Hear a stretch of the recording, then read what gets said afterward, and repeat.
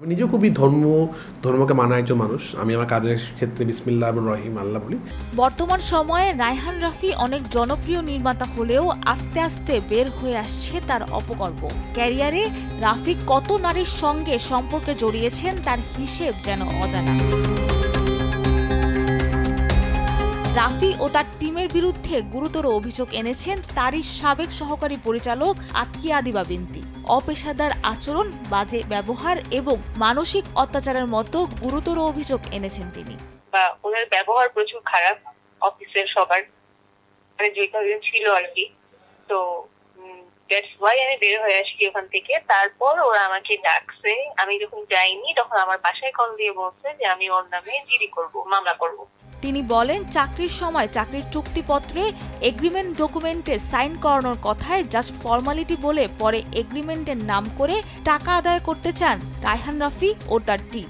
তবে রায়হান রাফির বিরুদ্ধে এই বিষয়টি তিনি সামাজিক যোগাযোগ মাধ্যমে পোস্ট করেন, তখন বিভিন্ন মহল থেকে তাকে এই পোস্ট সরাতে মানসিকভাবে চাপও দেওয়া হয়। অনেক চ্যানেল, নিউজ পেপার থেকে আমাকে কল দিচ্ছে ব্যাপারে ইন্টারভিউ দেওয়ার জন্য, কিন্তু আমাদের ওই মিডিয়া ইন্ডাস্ট্রিতে হচ্ছে কস্টিউম ডিজাইন আছে তুই না মানে তার মতো করে, কারণ তার তো ওই দিকেও ঠিক রাখতে হবে, আমার দিকেও ঠিক রাখতে হবে। যে আমার সাথে খাতির করছে তাকে বলছে তাকে একটা ভিডিও বানায় ফেসবুকে দিতে হবে, এটা 1 মাস রাখতে হবে। তারপর মানে এই জন্য আবার আমার পোস্টটা আমাকে রিমুভ করতে হবে। আমি আপুকে বলছি, আপু আপনি যাই হোক না কেন আমি আমার পোস্ট রিমুভ করবো না। রাফির অফিসে বিভিন্ন নারী আর্টিস্টরা আসতেন এবং উনার একটি রুমে দীর্ঘক্ষণ নারী আর্টিস্টদের সাথে মিটিং করতেন তিনি। আবার যেখানে পুরো অফিসে সিসিটিভি ক্যামেরার আওতাভুক্ত, সেখানে রাফির মিটিং রুমে সিসিটিভি রাখেননি রায়হান রাফি বলেও জানান এই সাবেক সহকারী পরিচালক আতকিয়া দিবা বিনতি।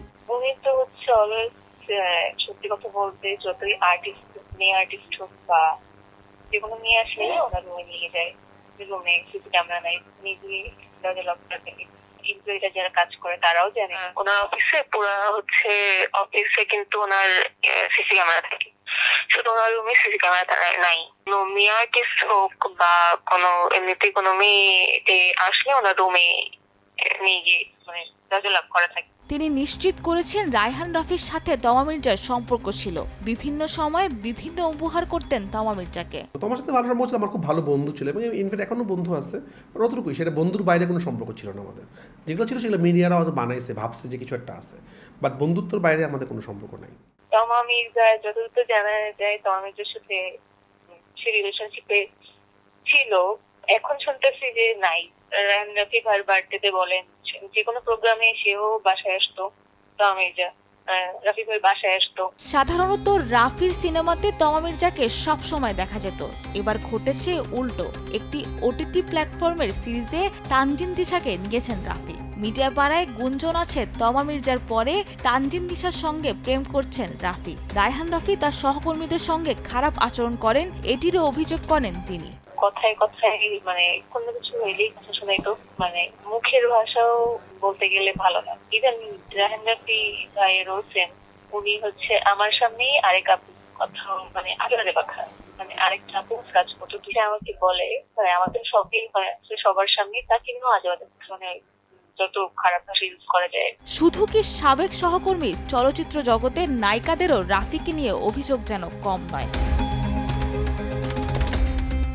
নায়িকা পরিমণি একদিন রাতে ফেসবুকে একটি স্ট্যাটাসে পরিচালক রায়হান রাফিকে দালাল হিসেবে অভিহিত করেছিলেন। পরিমণি সেই পোস্টে শুরুতেই রায়হান রাফিকে ট্যাগ করে রাখেন, সিনেমার সঙ্গে সঙ্গে দালালিটাও ভালো করেন দেখি। শুধু পরিমণি নয়, দিঘিকেও ফিটনেস নিয়ে কটু কথা শোনান রায়হান রাফি। সিনেমার এই চরিত্রের জন্য যদি তুমি এটা হও তাহলে তোমাকে শুকাতে হবে, মানে ফিট হতে হবে আমার সিনেমার চরিত্রের জন্য। তার সাথে টিকটক বাদ দিয়ে অভিনয়ে মনোযোগী হওয়ার পরামর্শ দেন তিনি। যেহেতু আমাদের গল্পটা ফ্যামিলির গল্প, আপনারা সবাই এখন দেখবেন। এই পরিচালক শুধু নারী কেলেঙ্কারিতেই পারদর্শী ছিলেন না, ছিলেন চাপাবাজিতেও মহাপারদর্শী। তুফান সিনেমা হিট হওয়ার পর রায়হান রাফি নিজেই ঢোল পিটিয়ে বলেছেন, এই সিনেমা হিট হওয়ার পর ওপার বাংলার সুপারস্টার দেব ও জিৎ নিজ থেকে তার সাথে কাজ করার প্রস্তাব করেছিলেন, কিন্তু এই প্রস্তাবের কোনো সত্যতা নেই বলে দেব নিজে স্ট্যাটাস দেন এই বিষয়টি সত্যি নয়, তবে তার জন্য শুভকামনা রইল। সাবরিনা মজুমদার, দেশ টিভি।